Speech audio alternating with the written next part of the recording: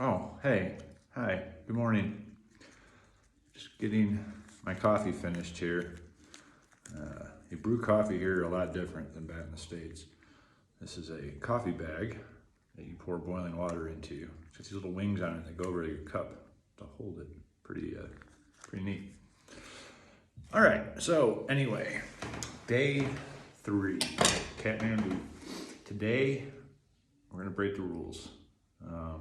We are going on a solo hike, which you're not supposed to do. I have emailed Audra my route, pretty much, kind of my route. And we're gonna see what happens. It's gonna take us into the Shivapuri National Park and out the other side to the northwest side of Kathmandu. And then I think we're gonna come down through the city, below the park, and then back up. There's a mountain there, so we're gonna go around the mountain and back to the hotel. It's hard to tell how long it is. By the way the bird flies, 6 miles. But the roads look like this. So it could be 12 miles, it could be less. I'm hoping it's less, because it's a really nice day today. But I didn't come to Nepal to sit by the pool, even if they do have monkeys. But I've already talked to the monkeys, we're good, so I don't need to worry about the monkeys anymore. Now we're on to the king cobra, and I was told the Shivapuri is where the king cobra is. So, that being said, maybe, I hate snakes, but maybe we get a picture of one. Or maybe we get a picture of monkeys, bears, boars, leopards, and any of the other weird crap that's out in those woods. So, I'm gonna do my hair up real quick. I'm gonna drink my coffee. That's super.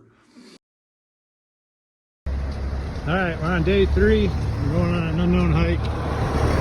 It's gonna be mostly roadway, but we're gonna be going over to that mountain right there to the northwest side of Kathmandu. So there's a mountain right here that kind of separates these 2 points in northern Kathmandu. So we're gonna go up and over that, and then we're gonna go down and around and back to the hotel. Well, that's the plan. Let's see what happens. Man, these switchbacks are a killer. I came from somewhere in the center down there, and I came up, and since then I've been going on these switchbacks. Go up and they turn. And they go up and they turn. Lots of weird looks up here. Yeah, but they don't see Americans too often. All right, so the gate guard let us in. Whew, they are arming those guys to the teeth. I don't know if they're expecting war on the national park or what. 2 guards, at least 4 mags each. What is that, 30, 60, 90, 120 rounds each? That's wartime loadout. But either way, we're in, and it's pretty cool. I have no idea how far this is gonna be, but we're gonna go until we can't go. Well, we just get into that 5,000 foot range where Bikash told me was the kind of the cobra range. It was in a couple hundred feet of that 500 or 5,000 foot range. So I'm gonna try and walk in the middle of this road. I don't want to get tagged by anything I can't see on the edge. Papaya tree just growing out here in the wild. Kind of cool. So we're about 2 miles into our trip for today, and we're on these switchbacks. They go down, and they go around, they go down. What I've noticed on these switchbacks though is there's these paths that you can come up through the woods if you want to get real adventurous. My problem is we're in snake country right now, so I'm not going to get that adventurous. You know, and it's kind of funny. There's these warning signs everywhere. None of them warn you about snakes. So I would assume the king cobra is a lot more rare than people say it is, but I'm not going to take any chances in a country that doesn't have any of them. So we keep marching. All right, we're outside the Nepali army post. Oh. All right, so we got jacked up by the Nepali army, but in the end they let us go. They said no photos. So we're not taking any photos until we get out of the army area. But we're getting up there, just past 6,000 feet. All right, we're almost to the peak here at this mountain. And I kind of accepted the fact that those guys at the checkpoint were gonna turn me around. So I was gonna go back to the pool, but they let me through. So now I've still got an unknown hike ahead of me.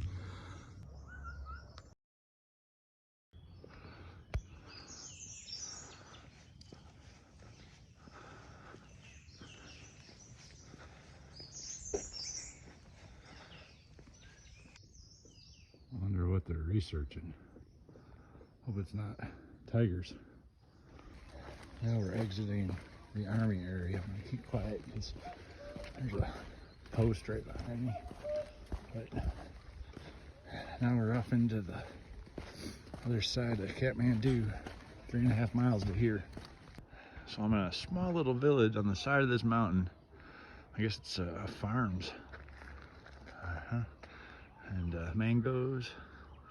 And I went through this little village right here already, and the people were really nice and spoke a little bit of English even, which for around here is pretty rare. Out there you have a orphanage monastery. You can see the monks and hanging their clothes and stuff. Not exactly sure which monastery this is, but they're loud. All right, pushing on. Tell we're not in the national park anymore. Now we got these trashy dirt roads, but it's definitely interesting. Looks like we're gonna switch back here, and it's gonna take me up by this orphanage. It's a big orphanage or monastery. I don't know if it's actually an orphanage. They got lots of kids. Right up here around the 6,000 foot mark. Very hazy day. You should be able to see Kathmandu out there. Hear an airplane taking off, but don't see it. Major highway that I chose to walk today. And I guess it's not as major as I thought it was. But at least I'm not in the jungle dodging snakes, panthers. No, leopards. Leopards is what they have here. I'm out here on the dirt road dodging snakes and leopards. So you gotta look at the good side of everything, you know. And when you're in America, you're feeling bad about yourself. Just think, you could live in this shack on the side of a mountain overlooking a very smoggy city. So remember how good we've got it. I went through a little farmer's and this road like goes right into their next to their house. I think I'm still on the road. Hey guys. I wish there was less squiggly weeds on the ground and sticks. They all look like nope ropes to me. This is kind of a cool little overwatch right here. It looks like we're starting our descent. But this overwatch really can make the details out of the houses on the side of the mountains. Pretty cool. I think the highway I'm trying to get to is down there. I mean, not a paved highway like we would think, but real quick, this is the road I'm on. It's approximately 8 feet wide, and they're hard to see, but in the sand, the unmistakable signs of some kind of snake that went through here. So I've had to slow down a lot because I don't want to step on a rock I thought was a rock and end up being a snake. So, oh, that's cool.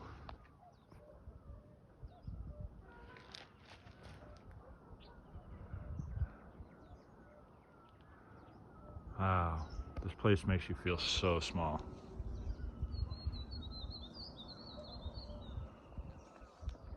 I mean, you really do gotta see it in person for it to have any effect. The place is huge. These mountains are huge. They look like little hills on my phone. Cobras and pythons. That's what the locals told me they have up here. And this little road I'm on is not fun walking. It's hard to kind of stay in the middle to where something on the side couldn't tag you. In the middle, it's all these rocks and sticks that look like snakes. So we're just going to take it nice and slow until we can get to a bigger road, which I don't know how long that's going to be. All right. So when you visit Kathmandu, just hire a guide. It's 2,000-3,000 rupees.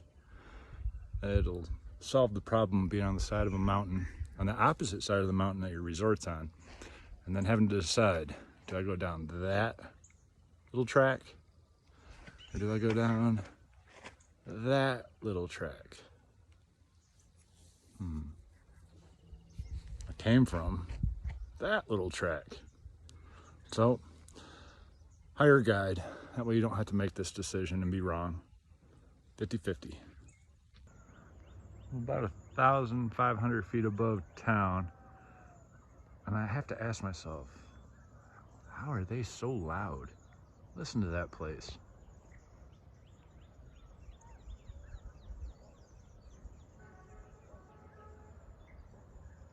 Dogs, people, horns. Just so loud.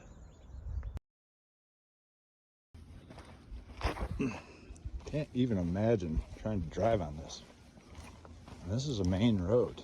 This is one of the roads to get to the other side of Kathmandu. Holy cow. It hasn't rained since I've been here. There's still a whole bunch of water. That's a water damage to the road. So I don't know. Ooh, there's a garden. It's got a real sprinkler. It's pretty cool. One thing, before Vietnam, I'm getting a better camera. The iPhone just doesn't cut it. It doesn't have the zoom capabilities. I've seen a couple Androids that had pretty good zoom, but this iPhone doesn't. If you're wondering, it's an iPhone 11, so it's not the newest, but it's just not right. I need a camera, one that I can document that stuff properly. And in Vietnam, we're gonna see a lot of cool stuff too, so I just want something I can document. So it's a note to self. Doing wall construction behind me, man. Those guys spoke a little bit of English. I thought it was awesome. An American was walking through here. It was kind of funny. They wanted me to stop and talk, but they look busy, and I found pavement. It's the first pavement I've seen in 2 miles, but I don't think it's gonna last. So down there at that corner, looks like we're back to dirt. But the good news is we're about halfway back down on the other side of the mountain now. So once we get down here to the bottom, I'm gonna eat some lunch somewhere, and then we're gonna make our way around the mountain and come back up. To my hotel. What the? Oh, they're goats. It's a goat. All right.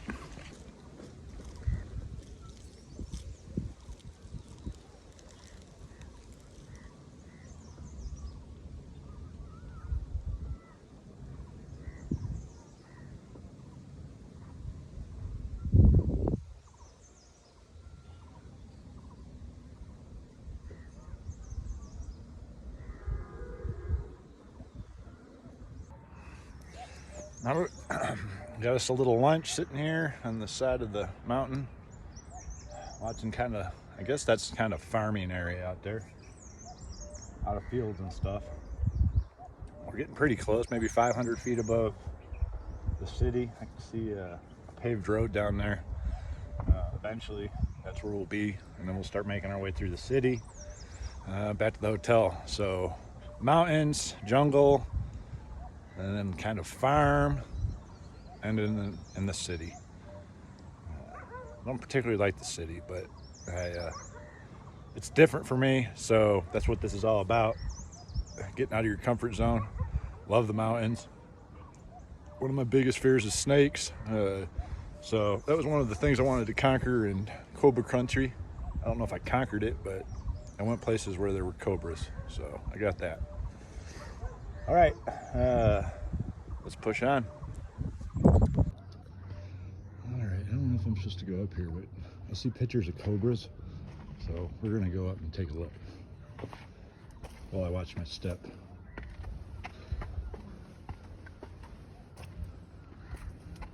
I think it's kind of a prayer place.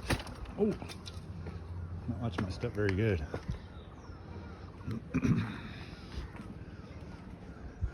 Yeah, it's like a place where you worship. Check this out though. Very cool. Where are you in real life? I found the monkey. I should be able to find the cobra.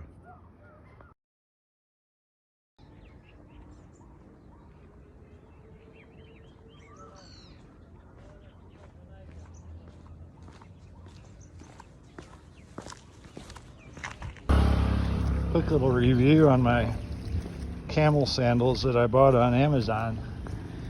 We just got 6 miles now and we were at the base of the mountain. So we went up and over a mountain wearing my sandals. Closed-toed for the rocks, which is nice. I only got one small pebble in there that I had to work on getting out. But all in all, these are comfy, awesome sandals. Moo.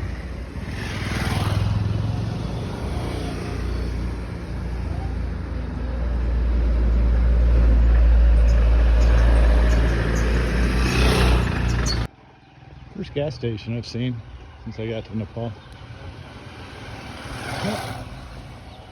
Buck, buck, buck. Buck, buck.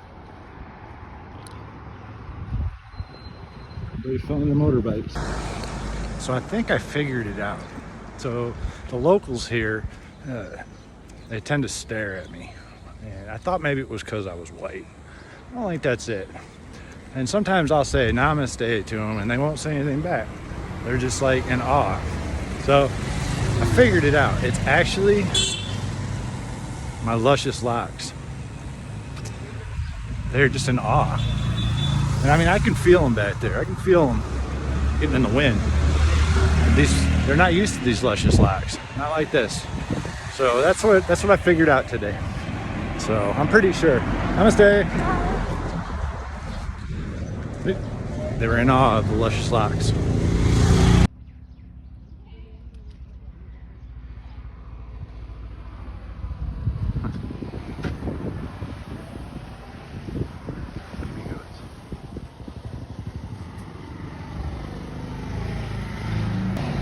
Now it's safe to say we're back in the city.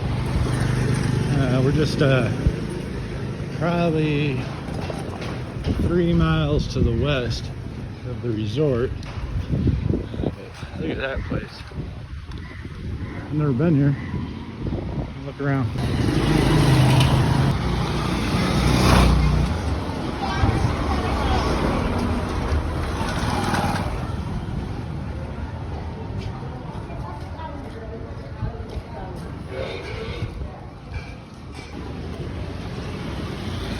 The road's gotta be ancient.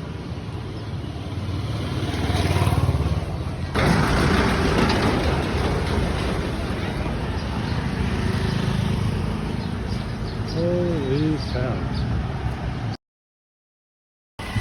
Alright. Well, apparently this is the road we need to start cutting to the east. So I've done the whole horseshoe. Now I gotta cut back to the east to make it back. Get to rely on that old land nav this military guy's got to go through. Keep the mountain on my left hand side and we'll get home eventually. If you fall on that fence, you're gonna have a bad day. Okay, so I've been waiting to see this river. He said there's a river that goes through here and I've been waiting to see it. Oh my God. It's not Colorado.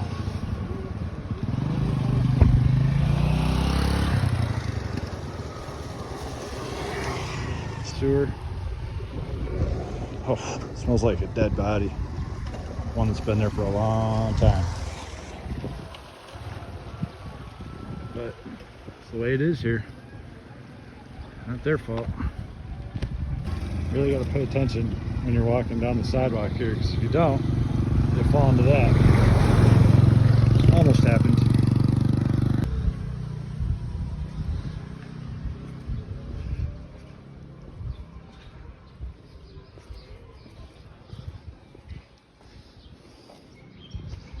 Something you see here a lot here. Shop owners, their shop's open and they're in there sleeping. Okay, so I'm at the southernmost point of my track today. So I'm basically at the bottom of the circle. So to put this in perspective, we started somewhere out in that area. We then proceeded up and over to the other side of this mountain. And then we came down on the other side of the mountain. We proceeded down through the valley, through a whole bunch of different side streets, which has led us to this street, which should take us back to, I don't know what the name of the road is. I call it Golf Road because there's a golf in it. So headed back to Golf Road. Made it back to Golf Road, but I gotta get across.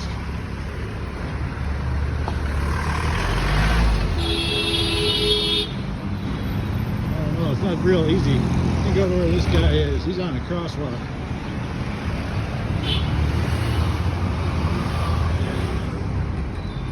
Oh God, dog, he made it look easy. Oh, see if I can do that. Oh God.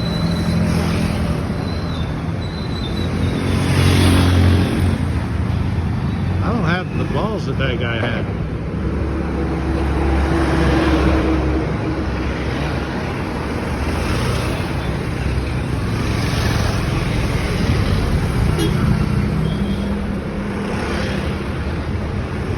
We got a chance. Alright, we're going. Keep going. Oh, I made it. To the other side.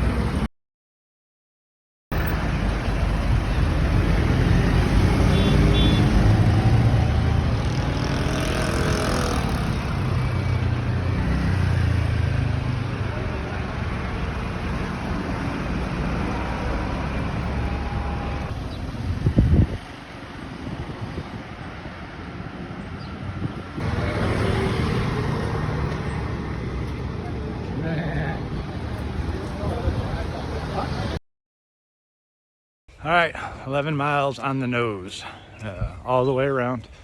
Saw some cool things, nothing too crazy, but saw some cool things. It was very interesting. So I'm glad I did it. It was long, it was 11 miles on the nose. My feet hurt, but I made it back in time to go to the pool. So that's what we're gonna do. All right, y'all. This is the way to end an 11-mile hike. Whew. It is nice out. That pool's a cool 60 degrees, maybe 65, but it feels cold when you get in it.